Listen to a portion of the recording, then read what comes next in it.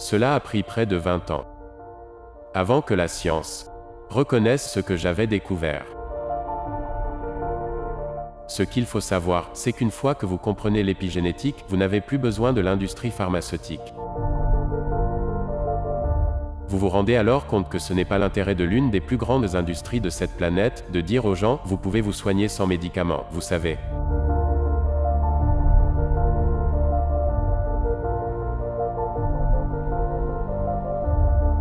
Je peux vous influencer avec l'idée que cette pilule que ce laboratoire pharmaceutique vient de sortir est la meilleure chose au monde pour régler votre problème. Je vous donne cette pilule et vous allez mieux, puis, plus tard vous apprenez que c'était une pilule de sucre, c'est ce qu'on appelle l'effet placebo. Cela signifie que vous n'avez pas guéri grâce à la pilule, mais grâce à la croyance que vous aviez dans cette pilule. Voici donc tout l'effet du placebo. Et au moins un tiers de toutes les interventions médicales réussies sont le produit de l'effet placebo. Tout le monde dit qu'il connaît l'effet placebo. Bien sûr, mais c'est surtout le résultat d'une pensée positive. Et qu'en est-il de la pensée négative? Personne n'en parle, mais la réalité, c'est qu'elle est tout aussi puissante pour influencer votre biologie interne que la pensée positive. Mais elle agit dans le sens inverse. Une pensée négative est appelée l'effet nocebo. Cela peut provoquer n'importe quelle maladie, et vous pouvez en mourir. Si vous croyez que vous allez mourir, vous pouvez mourir de cette croyance. Nous devons donc faire attention, car les psychologues nous disent que 70% ou plus de nos pensées sont négatives et redondantes. Nous rejouons en boucle les mêmes pensées négatives.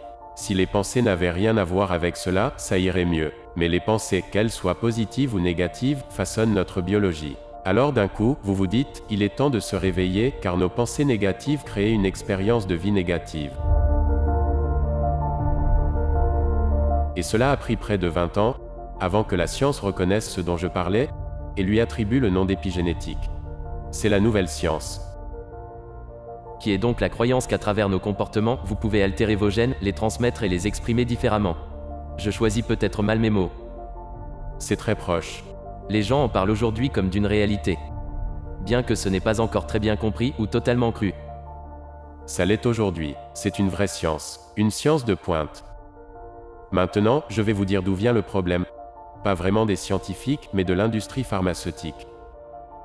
Et la raison pour laquelle c'est important, c'est parce que l'industrie pharmaceutique a le monopole de la médecine.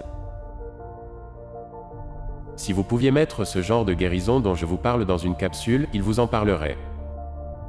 Mais c'est de la guérison par la conscience et vous ne pouvez pas le vendre. Résultat, ils ne sont pas intéressés par cela. Ils gâchent alors d'énormes sommes d'argent à trouver les bons scientifiques issus des écoles de médecine. Et l'une des choses qu'ils essaient d'éviter, ce sont les gens qui répondent positivement à l'effet placebo. Car l'effet placebo perturbe toutes les données. Un fait simple, qui peut en énerver plus d'un, mais un médicament comme le Prozac, dans des tests en laboratoire, n'a pas plus d'effet qu'une pilule de sucre. Et voici comment des milliards de dollars par jour sont dépensés pour l'achat de Prozac ou de statines. Les pilules statines ne fonctionnent que sur 3% des gens qui les prennent. Et elles provoquent des effets secondaires dangereux dans 23% des cas. Donc vous aidez 3% avec le médicament et 23% d'entre eux deviennent toxiques. Et ce sont des médicaments. Pour combien de temps devez-vous en prendre? Combien de temps voulez-vous vivre? Vous savez, ce sont des vendeurs de médicaments. Ça va au-delà de toute croyance, car on en voit les publicités toutes les 10 minutes à la télévision, il y a toujours un nouveau médicament. Et ça s'imprègne dans leur esprit du genre, votre vie va mal? Regardez ces gens si heureux, ils ont pris ce médicament et voyez comment ils sont si heureux maintenant. Les médicaments pharmaceutiques tuent environ 300 000 personnes chaque année. Et tout le monde se dit que c'est le prix à payer pour l'avancée de la médecine. Il y a donc eu une guerre des médicaments qui tue près de 30 000 personnes. D'un coup, vous avez une guerre, car 30 000 personnes sont mortes, 300 000 autres personnes sont mortes, mais c'est le business, comme d'habitude. Comment briser ce cercle? Comment pouvez-vous lutter contre ces immenses compagnies? En les boycottant. Vous vous demandez comment vous pourriez arrêter d'acheter leurs produits. La réponse vous rendra plus fort, car vous êtes celui qui contrôle tout ça. Vous devez comprendre cela. Si je prends une pilule et que cela m'affecte, la raison pour laquelle cela m'affecte, c'est parce que j'ai déjà un équivalent naturel de cette pilule dans ma propre biologie. Vous ne prenez pas une pilule pour que cela active un récepteur de cette molécule et l'active. De la même façon que vous aviez cette protéine réceptrice, mais pour une pilule que vous pourriez ne jamais prendre, ce serait idiot. Donc, si un tel récepteur pour cette molécule existe, alors c'est que ce récepteur était déjà là, car vous produisez déjà cette molécule naturellement. Donc, quand on fume un joint, il y a une molécule appelée tétrahydrocannabinol.